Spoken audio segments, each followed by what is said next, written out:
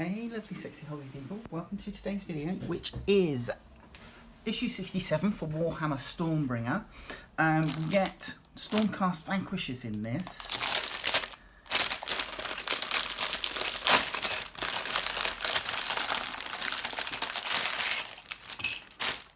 Pop that aside.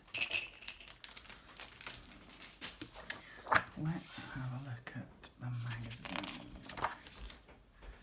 So, Realm of Life, number 3 on our red section, Verdant History. The history of the realm of Giran is a history of creation and of death. Like the circle of life itself, the realm has been through periods of decline and periods of renewal. The mortal creatures who live within its confines are subject to the seasons of change, just as they are subject to their own mortality. Alariel's forces routed, and season of war. So here we have our Stormcast Eternals Vanquishers. I've got D6 rolling chart for heroic origins. Music of war. Over the chaos of mayhem of battle come the beating of drums and the reverberation of horns and trumpets. Troops are cheered, hearing that their fellow warriors are fighting nearby. Meanwhile, leaders command their musicians to broadcast orders via special musical signals that can be heard over the screams and the sounds of weapons crashing into battle. Pretty much the same as our bugle calls for our older armed forces. So we have a D6 rolling chart for unit traits. So this, I believe that you normally buy this as a box of 10. So it's a little bit naff that we only got 5 here, but I may see if I can just build a unit of 10 by seeing if I can find another magazine, another one of these magazines online on eBay or something. Probably pay a little bit extra for it, but that's fine. Have our build guide. So, Celestial Greatsword for our unit leader. That looks pretty cool, actually. Have our standard bearer, our trumpeter, and then 2 more warriors. How to paint.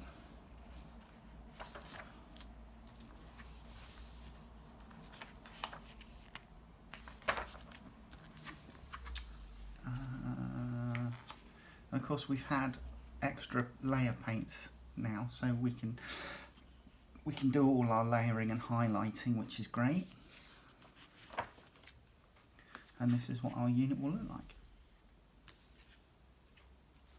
Vanquishers War Scroll. So they have a 5-inch move, 2 wounds, 7 bravery and a 4-up save. They have Celestial Greatswords, 1-inch range, 2 attacks, 3+ to hit, 3+ to wound, -1 rend and 1 damage. I'll just check in to see. Yeah, I think that is our only weapon option by the look of it. Although there's 2 types of sword here. So this is interesting. Although, yeah, no, we've got 2 swords with writing on the blade, but the rest are all the same. Champion 1 model in this unit can be a Vanquisher Prime.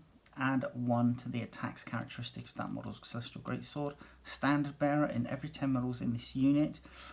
1 in every 10 models in this unit can be a Stormforged Icon bearer. Add 1 to the bravery characteristic of a unit that includes any Stormforged Icon bearers. And 1 in every 10 models in this unit can be a Vanquisher Herald. If this unit receives the rally command while it includes any Vanquisher Heralds, when you roll a dice for a slain model from this unit, you can return 1 slain model on this unit on a 5+ instead of only a 6. Okay. So lightning strikes, musician, tutorials. Then we have our battle plan. Alliance of Order. The Army of Order have been investigating an area of ancient woodland to see if they can recruit Sylvaneth allies, but the forces of destruction have arrived first. Whatever was once there is now gone, and only a raging fire remains along with the destruction force. If they win, the forces of order will stop the fire and carnage spreading. If they lose, who knows what the destruction force will try to destroy next. So your army list is going to consist of 3 hero choices and 5 troops choices. And then the Alliance of Destruction. The Army of Destruction has gathered intelligence that the forces of order are once again seeking new allies. In a rage, the killer boss has commanded his troops to burn the lands for miles around. One detachment sent to burn a forest has now come face to face with an Order army. If they win, they can continue to destroy the lands around. If they fail, they will face attacks from the Order force in reprisal. And again, it's 3 hero choices and 5 troops choices. So we're using all 4 of our battle mats again in a quad format. So 1, 2, 3, 4. 3 objective markers placed along the centre line, going from north to south, as it were. And then each army is going to deploy on the short table edge. And then we have Ian and Eve's playthrough. Uruk Megaboss will be in the next issue that we review, and then we've got Domicile Shell again. Come down, let's have a look at the plastic. So, these are a sculpt of 2021, so they're not that old. And they do look really nice. Plenty of flowing robes. 1, 2...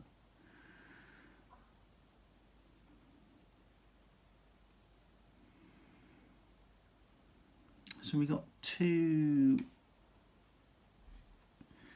female choices within the unit. This unit of 5. The greatswords all look good. I do like these ones. What have they got? These ones with the writing on them. So we've got one there and then one there.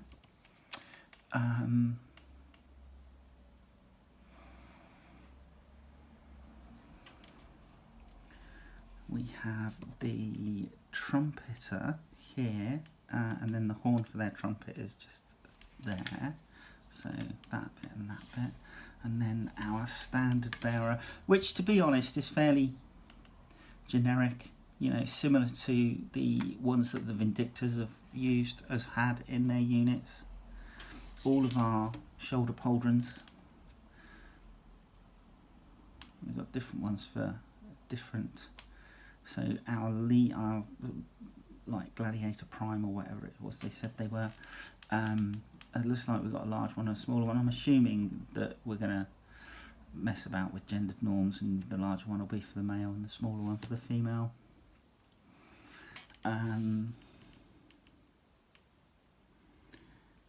Yeah, cool. Looks good. I mean, there's not really a lot to say other than that, they are sculpted really nicely. It looks like there's quite a few dynamic poses by the fact that we've got a lot of split legs. So they'll often split the legs for more dynamic poses, you know, and things like that. It allows them to give a greater variation of that. Although if you build a unit of 10, you're going to end up with obviously very similar miniatures. Hey, yeah, but come back and we'll build some. Hey, lovelies, welcome back. Right, let us build a couple of these Vanquishers figures. I'm doing, that's our commander figure, and this one is the trumpeter. So let's do the trumpeter first, shall we?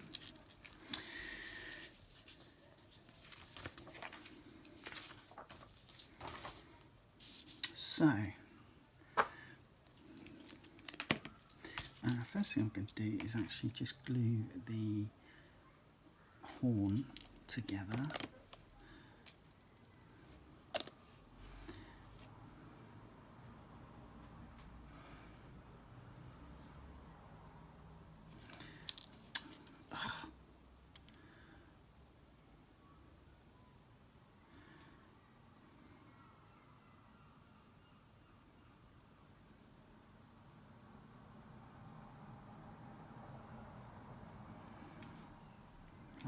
That'll do. Right, next we are gluing legs together.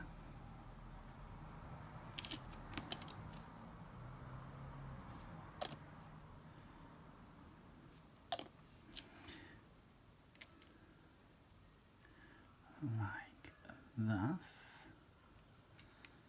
Just put them there. And then I'm going to glue the head in place, which will go in here. So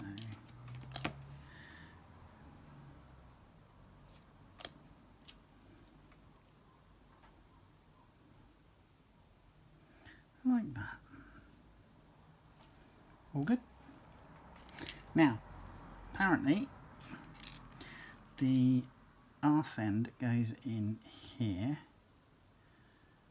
so just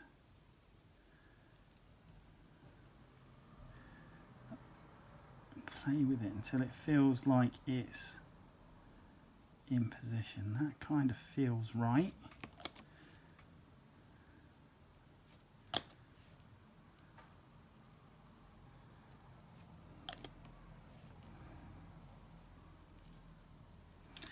And then I'm going to come in with the front of the torso. Glue that on. Like that. Okay, so have a look. See if we can't eliminate as much of that gap as possible.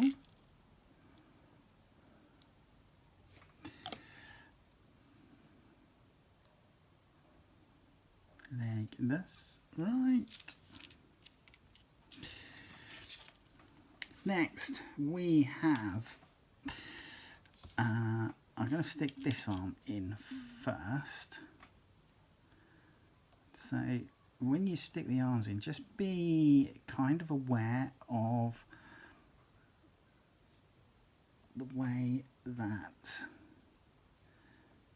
they sit with regards to the shoulder pauldron and how that's going to go on. I find that's the easiest way.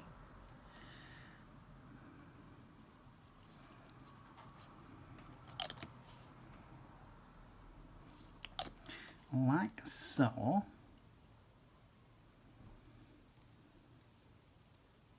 And then I'm going to come in with the horn.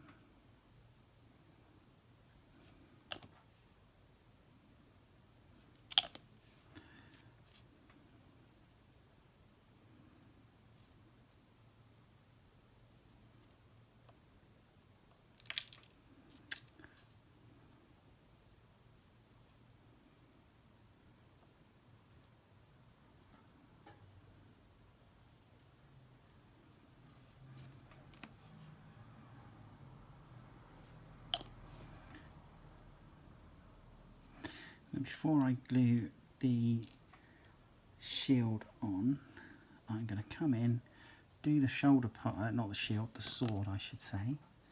Glue the shoulder pauldrons on. So one, and these have a little dimple and a fat pin to secure them in place quite easily.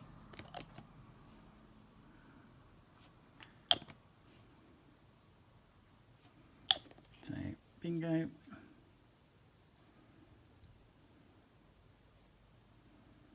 Like that. And then the sword is kind of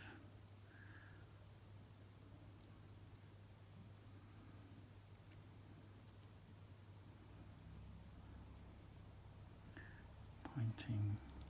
Ugh. Too much force used.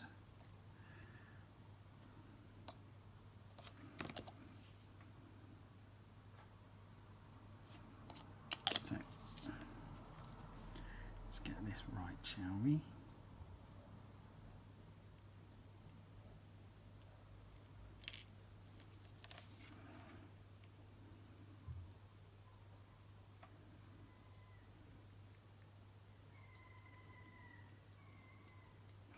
Like so.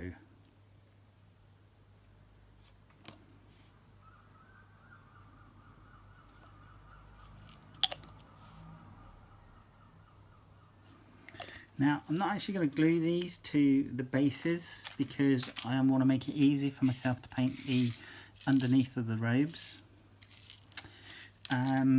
But our squad leader, this fine warrior woman here, we're coming in and it says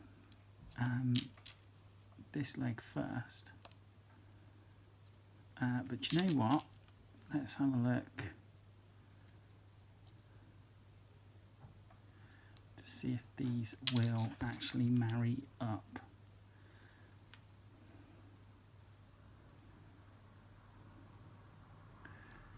And yeah, it looks like they do.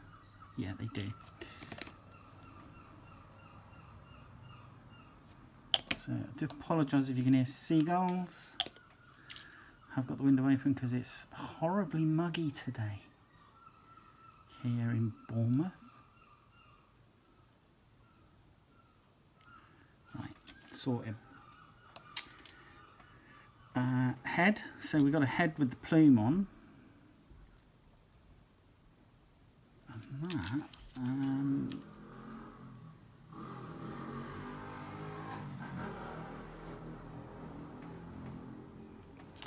Do you know, it's going to be easier to seat this in the front of the torso than the back. The reason being is that the cutout for the notch that's on the head, just below the neckline, is seated in that. Right, let's have a look at how these are going to sit. And I think that's it. I think that's how they're going to sit.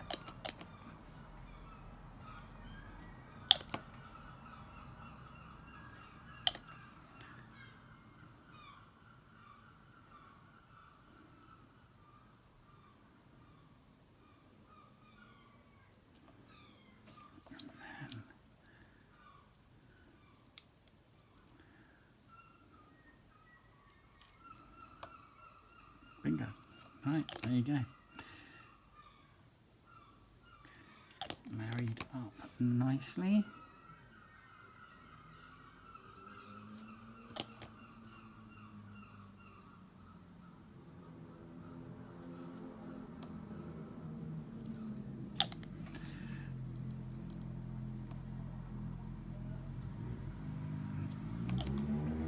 We got some armor plate just going on there.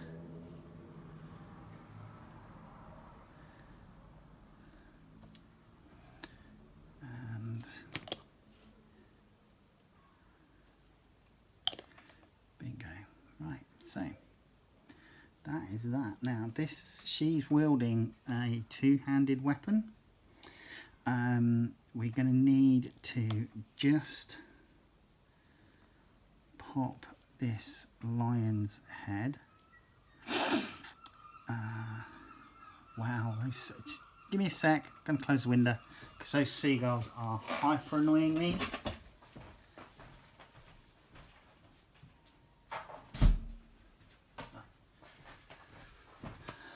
Okay, that's better. Right, so I'm just going to need to bring the lamp in so I get this the right way up.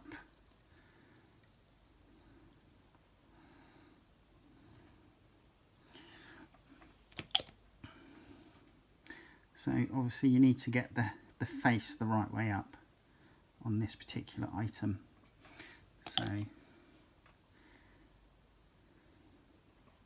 if, like me, you're starting to get a bit advanced in your years, you're going to need a magnifying lamp every now and then. Slight sprue tab that I didn't get rid of.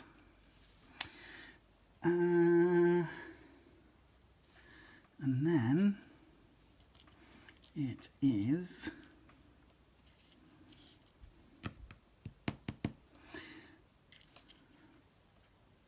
now it's saying glue the arm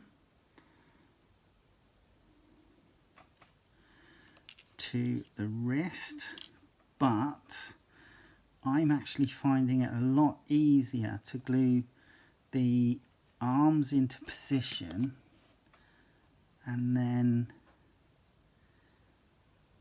bring in the weapon to those two pieces. So the left and right arm go into position, and then I'm actually finding it easier to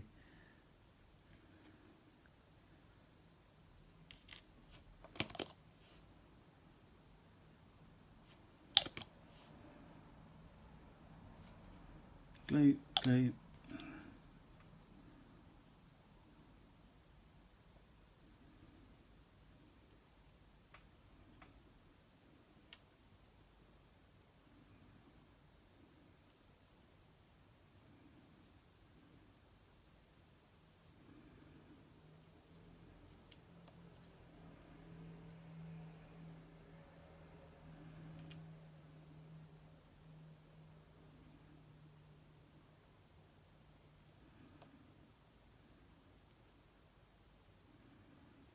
like so. And then literally it's just shoulder pads left to go on, and then that's it. That's all the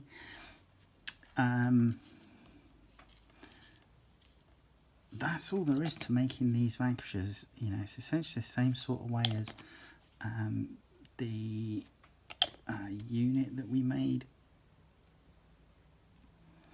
earlier in the series with the bows. They were quite easy to make.